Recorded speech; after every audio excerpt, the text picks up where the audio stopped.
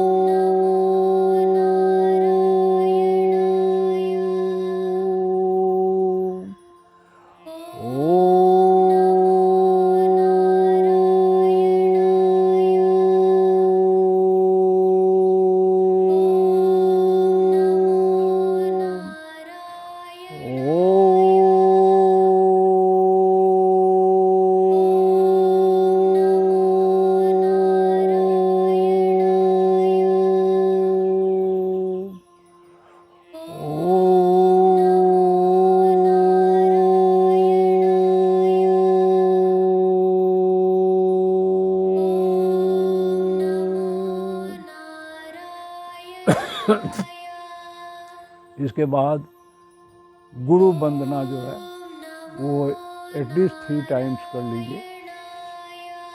ओम गुरुदेवाय विद्महे परम ब्रह्मणे धीमहि तन्नो गुरु प्रचोदयात्।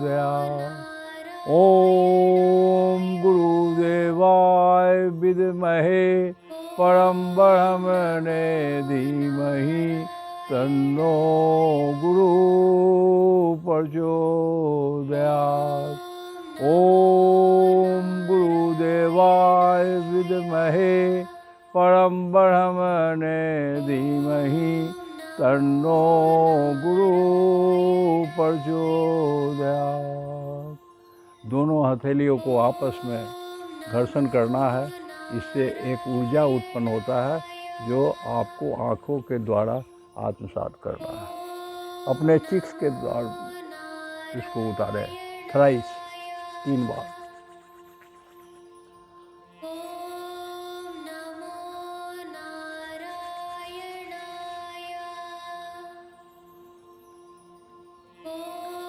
ओम नमो नारायण। अब यहाँ पर बैठे बैठे कुछ आसन प्राणायाम हम आगे कार्यक्रम करेंगे, लेकिन ये गुरु मंत्र के बाद आपको करना चाहिए महामृत्युंजय जाप, गायत्री मंत्र का पाठ करना चाहिए। तो हम आगे बता चुके हैं, इसलिए इससे आगे बढ़ने के लिए हम आगे का कार्यक्रम आपको देते हैं। तो आप ये देखिए, कपालभाति अनुलोम विलोम आपने सुना होगा। ये आसन और प्राणायाम की क्रिया। तो आसन क्या लगाना है, सुखासन में बैठना है।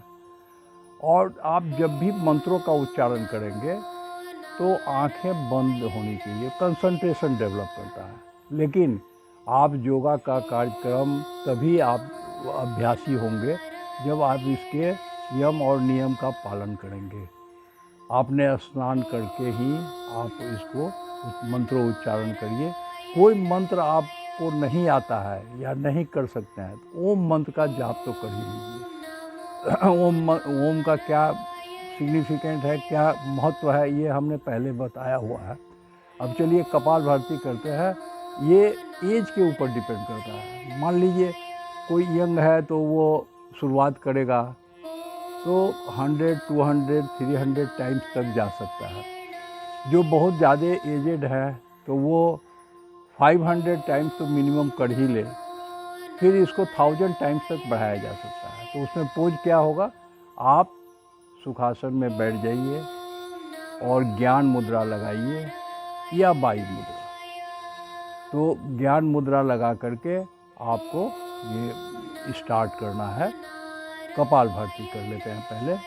तो इसमें केवल आप ये इसको ये रखिए दिमाग में कि कैसे करना है। तो ये सांसों के साथ करना है, सांसों की क्रिया है इसमें। और आपके ये ऑर्गन जो है स्टोक में, बड़ी आंत, छोटी आंत, इसका एक्सरसाइज हो जाता है। तो चलिए,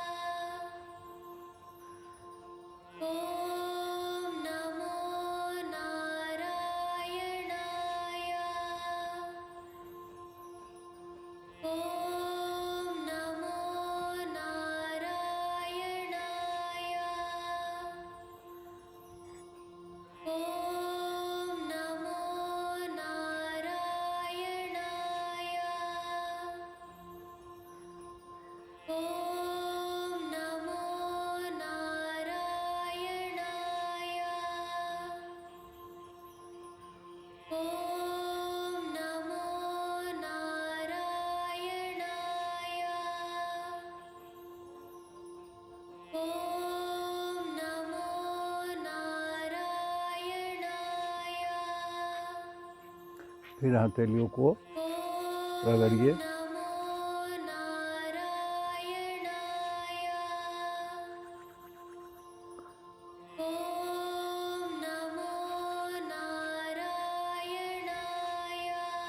ये हमने मात्र 100 टाइम्स करके आपको बताया। ये बताने के लिए एग्जाम्पल दे रहा है। इसके बाद आप जो है अनुलोम विलोम कर लेंगे। अब इसमें एक बात और बता देते हैं। जिस दिन कपालभाति आप करेंगे, उस कपालभाति से शुरू करेंगे और उसके बाद अनुलोम विलोम कर लीजिए। फिर हम खड़े होकर कुछ आसन प्राणायाम की क्रिया करेंगे। तो चलिए, एक हाथ में ज्ञान मुद्रा लगा हुआ है, इसको यहाँ बैठाना है। ये क्षेत्र हरिद्वार क्षेत्र कहलाता है। हरि को इसी के दरवाजे से याद करते हैं, उनको कंसंट्रेशन डेवलप होता है। आप हरि को याद करिए और चलिए ऐसे करते हैं।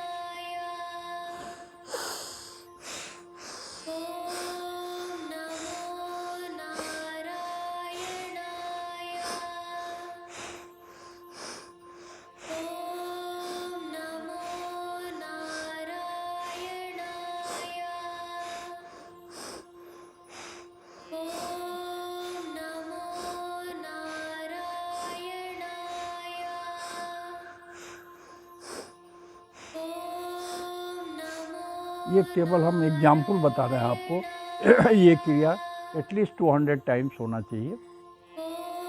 अब आपको ये 2 क्रिया करने के बाद कुछ क्रिया है जो खड़े होकर के हम बताएंगे क्या करना है। देखिए, ये त्राग आसन, सवेर में उठने के बाद आप जल का सेवन करिए।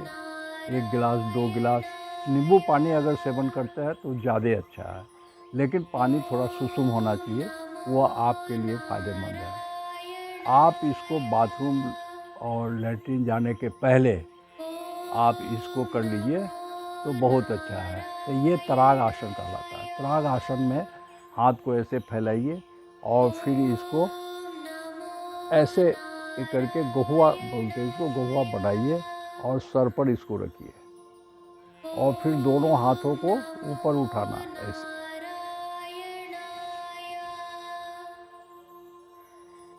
ये करना है। ये 18 टाइम्स करना है, 18 बार। इसमें क्या हो रहा है, आप जो हाथों को ऐसे कर रहे हैं, बाजुओं का ये एक्सरसाइज है, बाजुओं का, और आप आँखों का भी एक्सरसाइज कर रहे हैं। ऐसे इधर देखना है, बीच में देखना है, बीच। तो ये 18 बार करना चाहिए। और इसमें मसल्स का लेकर के, बाजुओं का लेकर के आपको सारे गर्दनों का एक्सरसाइज भी हो रहा है और आँखों का ये करना है। तो ये लेकिन सांसों का हमने कहा है, कोई भी योगा का ये करेंगे तो सांसों के साथ जोड़ेंगे। तो सांस को ऐसे लेते हुए, सांस को छोड़ते हुए, सांस को लेते हुए, सांस को छोड़ते हुए, सांस को लेते हुए, सांस को छोड़ते हुए, ये 18 टाइम्स जब आपका हो जाए, सांसों के साथ लेकिन सभी क्रियाओं को जोड़ना है। लेकिन अगर जब ये हो जाता है तो इसको बोलते हैं क्या, त्राग आसन। अब हम करेंगे त्रित्राग। त्रित्राग में क्या होता है, एक बात और बताएं कि जब आप ये त्राग आसन करते हैं, कोशिश कीजिए दोनों एड़ियाँ भी आपको उठे उसके साथ, और फिर गिरे, उठे और गिरे, उठे फिर ऐसे रखे। तो एड़ियों का भी एक्सरसाइज होता है, ये पैरों का भी एक्सरसाइज होता है। चलिए, त्राग आसन के बाद अब हम जो है त्रित्राग करेंगे। ये लेफ्ट,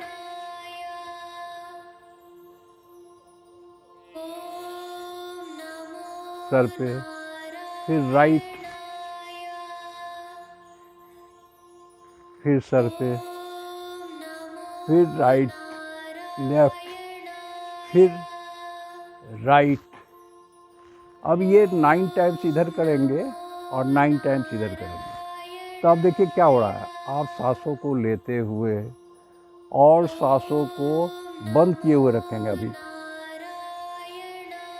फिर आप इधर जब आएंगे तो सांसों को छोड़ेंगे। इसी तरह राइट जब जाएंगे, फिर इधर जब आएंगे, सांसों को छोड़ना है।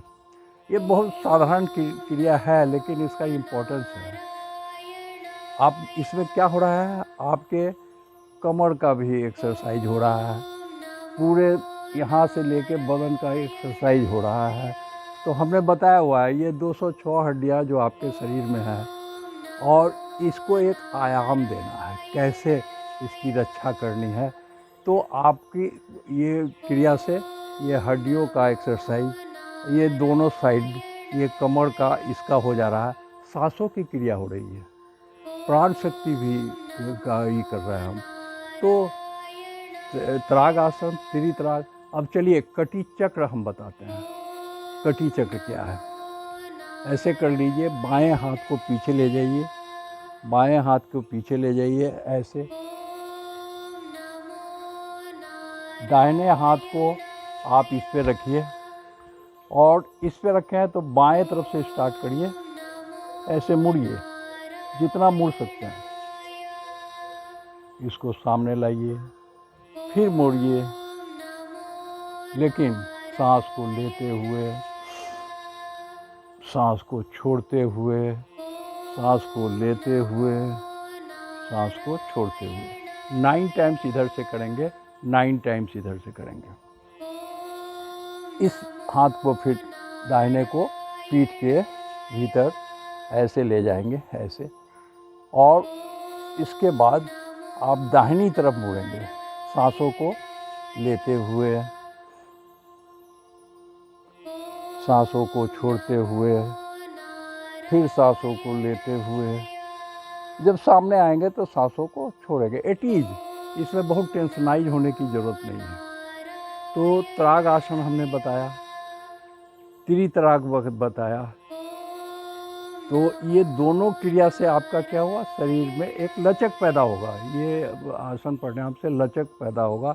और आपने उठने के बाद जो आप जल का सेवन किए हैं, ये आसन आपको एक्चुअली बाथरूम ये जाने के पहले कर लेना है। इससे क्या होता है, आपके ये कोई कंस्टिपेशन नहीं होगा आपको। इसको अगर बराबर अभ्यास करते रहें, कोई कंस्टिपेशन का सवाल ही नहीं है। तो त्राग आसन हमने किया, त्रित्राग किया और कटी चक्र किया। तो ये तीन को इनको याद रखिए। अब जो है चक्रासन करना है। हाथों को ऐसे रखिए, पेट को ऐसे निकालिए, सांस को लेते हुए जितना निकाल सकते हैं। अब इसको इस धुरी पर घुमाइए, आहिस्ता आहिस्ता सांसों के साथ जोड़ना है। सांस को लीजिए, सांस को यहाँ ला के छोड़िए, फिर ऐसे करना है। ये 9 टाइम्स ये भी होगा। और फिर इधर से राइट साइड से 9 टाइम्स इधर से करेंगे।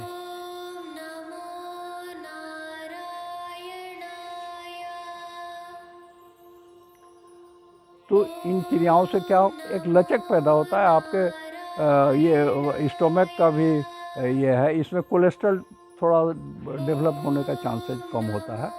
और ये हड्डियों जोड़ तोड़ जो हमने बताया हुआ है वो अंग अंग का एक्सरसाइज है ये। और हमने ये भी बताया हुआ कि एक्सरसाइज और योगा में क्या अंतर है। योगा में हम क्या कर रहे हैं, सांसों के साथ जोड़ के ही कोई क्रिया कर रहे हैं। साधारण सी बात है, इसको समझने की बात है। योगा में आप पहले समझ लीजिए क्यों करें, ये हमने पहले बताया है कि भाई आप जो है कोई भी क्रिया हम बता रहे हैं आप करते जा रहे हैं हमारे अनुसार, लेकिन क्यों करें। और हम बार बार आपको जोड़ देंगे यम नियम का पालन करते हुए तभी आसन और प्राणायाम की क्रिया करें। प्राणायाम का क्रिया हम बता चुके, आसन भी बता चुके। तो इसको आप आहिस्ते आहिस्ते डेवलप कीजिए, फिर अगले दिन हम आगे बढ़ेंगे और क्रियाओं को करते जाएंगे।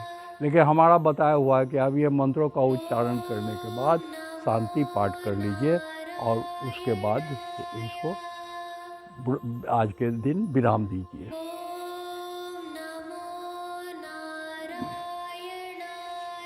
ओम नमो नारायण। ये मूल मंत्र है, इसको याद करना बहुत बड़ी बात नहीं है। लेकिन अगर कोई मंत्र आपको आता ही नहीं है या कर नहीं सकते हैं, टाइम नहीं दे सकते हैं, तो ओम का उच्चारण तो कर लीजिए 10, 20, 21 बार। केवल ओम के उच्चारण करने से ही सारा ये हो जाएगा। सांसों की क्रिया का ये ओम का हम बताए हैं, नाभि से इसका ये होता है। ओम की उत्पत्ति कैसे हुई ये भी हम बता चुके हैं कि ये ब्रह्मांड का निर्माण जब हुआ, सूर्य से जब धरती का ये हुआ, तो पहला उच्चारण ओम का ही हुआ। ओम को हमने बताया हुआ है कि ओम ब्रह्मा विष्णु महेश तीनों के प्रतीक है। तो अगर आप डेली, ये रेनी सीजन है, आप अपने बेडरूम में कहीं मौका मिले तो वहाँ कर लीजिए। कपालभाति कहीं भी बैठ के कर लीजिए, अनुलोम विलोम कहीं भी कर लीजिए। बस ओम नमो नारायण।